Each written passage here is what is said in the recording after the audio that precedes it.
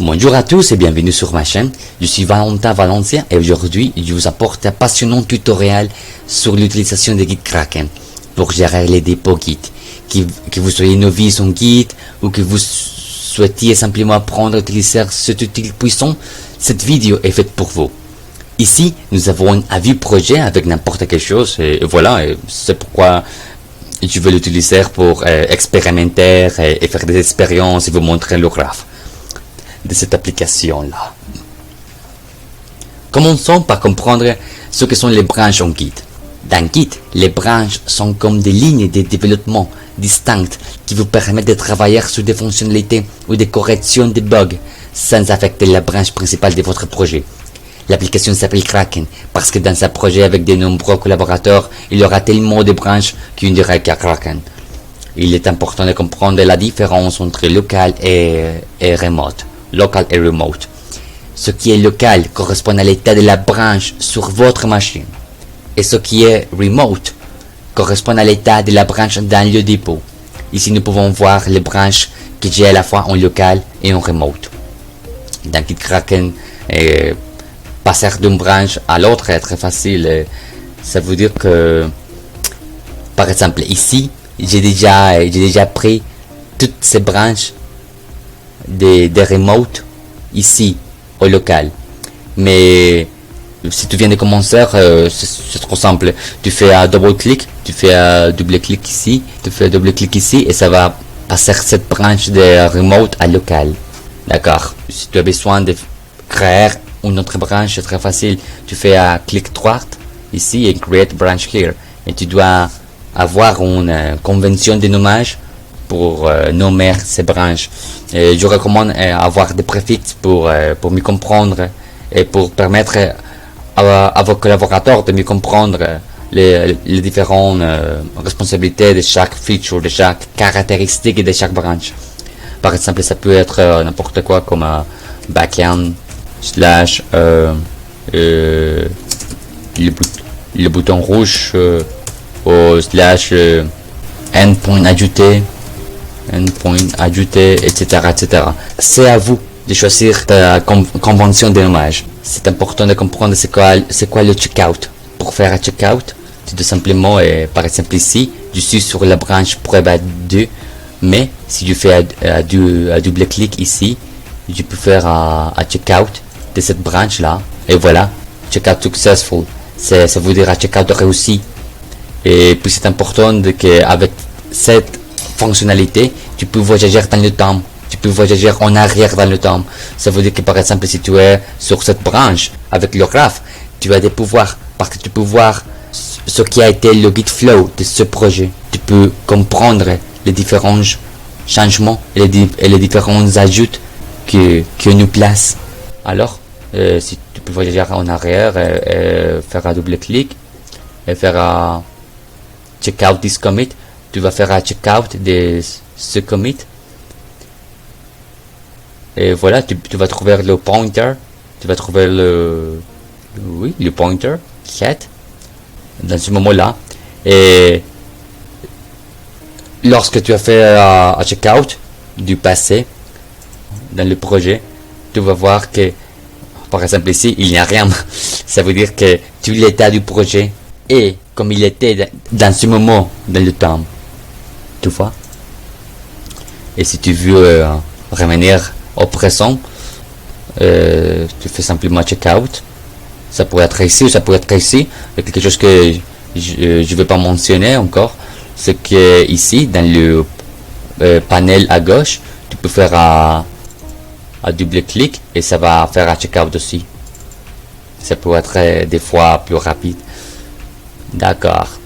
Maintenant, c'est important de comprendre d'apporter l'un des concepts fondamentaux de Git. Le stage, le commit, le push et le pull. Ces actions sont essentielles pour suivre les changements dans votre dépôt. Lorsque j'apporte des modifications à mes fichiers, je peux les faire glisser ici, dans la partie droite, dans le panel à droite, pour les préparer. Ça veut dire on stage. Qu'est-ce que ça veut dire? Alors, maintenant je suis sur la branche Prebados, je vais ouvrir ce fichier, je vais ajouter ici à, je vais ajouter à le travail de Bastien.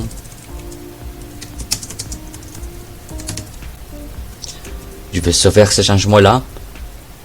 Et alors, lorsque tu sauvegardes ce changement là, ça va apparaître ici qu'il y a un fichier avec un changement. Tu vas regarder le fichier et tu vas faire un stage. Ça veut dire, on va dire, préparer le fichier. C'est comme si tu as déjà pensé, si tu as déjà dit, j'ai accepté ce changement que je viens de faire ici. Puis, tu dois donner un commit message name. Tu dois nommer ce commit. Par exemple, je peux dire, ok, les gars, j'ai ajouté un trou, et tu vas expliquer pourquoi ça c'est important et qu'est-ce que ça fait, et comme ça. Et puis tu vas faire un commit et on va voir que ça c'est en train de charger, mais ok. Juste ici, dans le graphe, il y a apparu un nouveau note, un nouveau nœud ici. Ça représente le nouveau changement, le nouveau ajout dans le projet. Mais ça c'est seulement au niveau local. Ça veut dire sur votre machine. Si vous avez besoin, si vous avez décidé que ça marche, que ça n'a pas détruit, si vous avez déjà regardé que ça n'a pas endommagé quelque chose d'autre, vous pouvez faire un push. Avec le push, ce que vous faites, alors c'est important de comprendre ça. Pull et push, c'est différent. Pull, c'est comme en français, ça veut dire tirer. Tu es en train de tirer une corde du ciel, ça veut dire de la cloud, du nuage, de l'internet sur la terre, sur votre machine. Et si tu fais un push, ça veut dire pousser. Ça veut dire que tu es en train de pousser quelques changements vers le ciel, sur l'internet, sur le dépôt. Parfois, nous avons besoin de sauvegarder temporairement des modifications sans les valider. C'est là qu'interviennent les stages. Les stages. Qu'est-ce que les stages? Alors, on va dire que je vous montre. Si je reviens ici et je fais un autre changement, comme changement pour le stage, on va dire, c'est seulement un exemple là, et je le sauvegarde, ça va apparaître ici le message que j'ai un changement sur le working directory, et on va view a change. Mais cette fois-ci, je n'ai pas envie de faire un commit avec ce changement. Pourquoi? Parce que peut-être je suis pas sûr si ça marche encore, ou peut-être j'ai d'autres choses à faire avant. Mais quand même j'ai pas envie de perdre ce changement, juste au cas si j'en ai besoin au futur. Et pour ça, c'est ça, le stage. Ici, le WIP, ça veut dire work in progress, le travail en progrès, le travail présent, on va dire. Alors, le taf. Et puis tu fais un stage. Ça c'est en train de charger. Ok, ici, à gauche, dans le panel à gauche, tu peux voir des stages. Il y a un nouveau stage, le taf. Mais dans le graphe, les changements sont disparus. C'est normal. Maintenant, tu peux ensuite travailler sur d'autres choses ou confirmer s'il y a une meilleure manière de faire ce que tu es en train de faire avant. Mais si tu as déjà choisi et tu dis, ah non, mais en fait, ce changement que j'ai fait là, et que j'ai sauvegardé, que j'ai gardé dans le stage, c'est important, j'en ai besoin.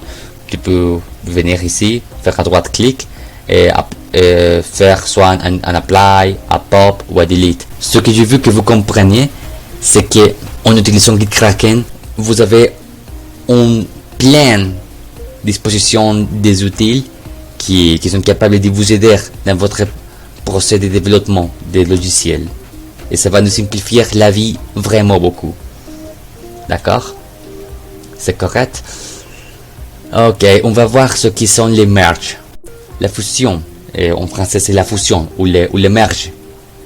Les merges est une autre opération fondamentale en Git. Elle nous permet de combiner les modifications des différentes branches en une seule. Dans GitKraken, cette tâche est assez simple. Apprenons comment cela se fait. Pour fusionner des branches dans GitKraken, tout d'abord, nous effectuons un checkout de la branche qui recevra la fusion. Puis, nous cliquons sur Merge, fusionnaire, et les modifications seront incorporées de manière ordonnée. Vous pouvez voir que j'ai deux branches ici qui sont très similaires, ça c'est important. Si les branches si les branches ont divergé il y a trop longtemps, c'est probable qu'une fusion soit pas la meilleure idée. Mais ici, les branches sont très proches au niveau des changements. Alors, on va dire qu'ici, sur la branche de Prebadius, je vais l'ouvrir de nouveau ici, juste pour être sûr.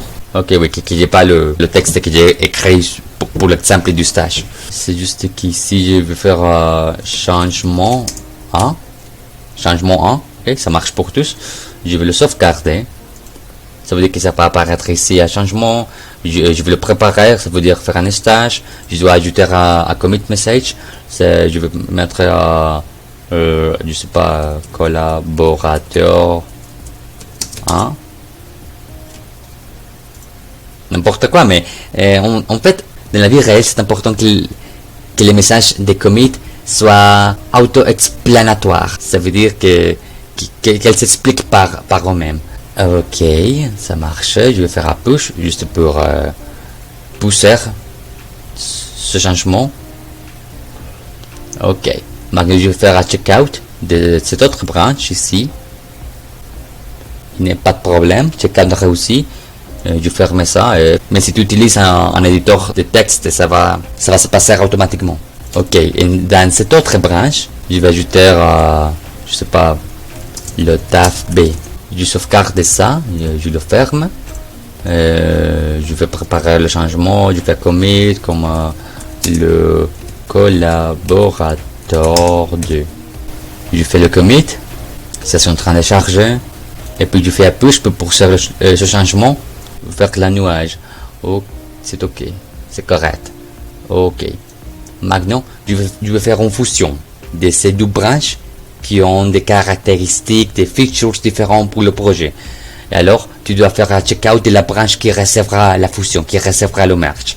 Dans ce cas, j'ai pas de problème que ce soit sur cette branche, mais juste pour vous montrer le processus complet. Je vais faire un checkout de cette branche ici. C'est important que vous faites un pull. Alors, moi, dans ce cas-là, je suis la seule personne qui travaille sur ce projet maintenant. Mais dans la vie réelle, si vous allez faire une fusion ou une merge, je vous encourage fortement à faire un pull avant. Parce que vous ne savez pas si vos collaborateurs ont ajouté quelque chose dans cette branche. Et c'est juste pour être sûr. Juste au cas où. Ok. Et maintenant, j'ai déjà fait un checkout sur cette branche. Et puis, tu fais un clic droit sur cette autre branche. Sur la branche qui va se fusionner. Et tu dis merge Preba into Prebadius. Ok. Merge Preba into Prebadius. Ok. Pas de problème là. Ok. Merge failed, que le merge a échoué. Et pourquoi c'est ça? Parce qu'il y a des conflits. There are merge conflicts that need to be resolved. Il y a des conflits de fusion qui ont besoin d'être résolus. Et c'est une autre caractéristique géniale de Kraken que cette interface vous permet de résoudre ce problème avec ça semble que le conflit était tellement petit que le Kraken lui-même lui a résolu. Bien pour moi, on va confirmer le commit de merge. Si les deux branches ont travaillé sur le même fichier et sur les mêmes lignes de fichier, alors c'est évidemment qu'il va y avoir un conflit. Et ce que tu dois faire, c'est simplement choisir quelle version tu vas laisser. Oh, c'est possible aussi de laisser les deux changements, les deux ajouts. C'est aussi possible. Ça, c'est à vous. D'accord. Maintenant, la fusion, c'est complet. Et vous pouvez regarder ça sur le graphe. J'ai oublié juste de regarder comment ça se passe ici dans le graphe. Ok. Le travail de Bastien et changement 1, le taf B. Ok, ouais. La fusion a marché ici au niveau local.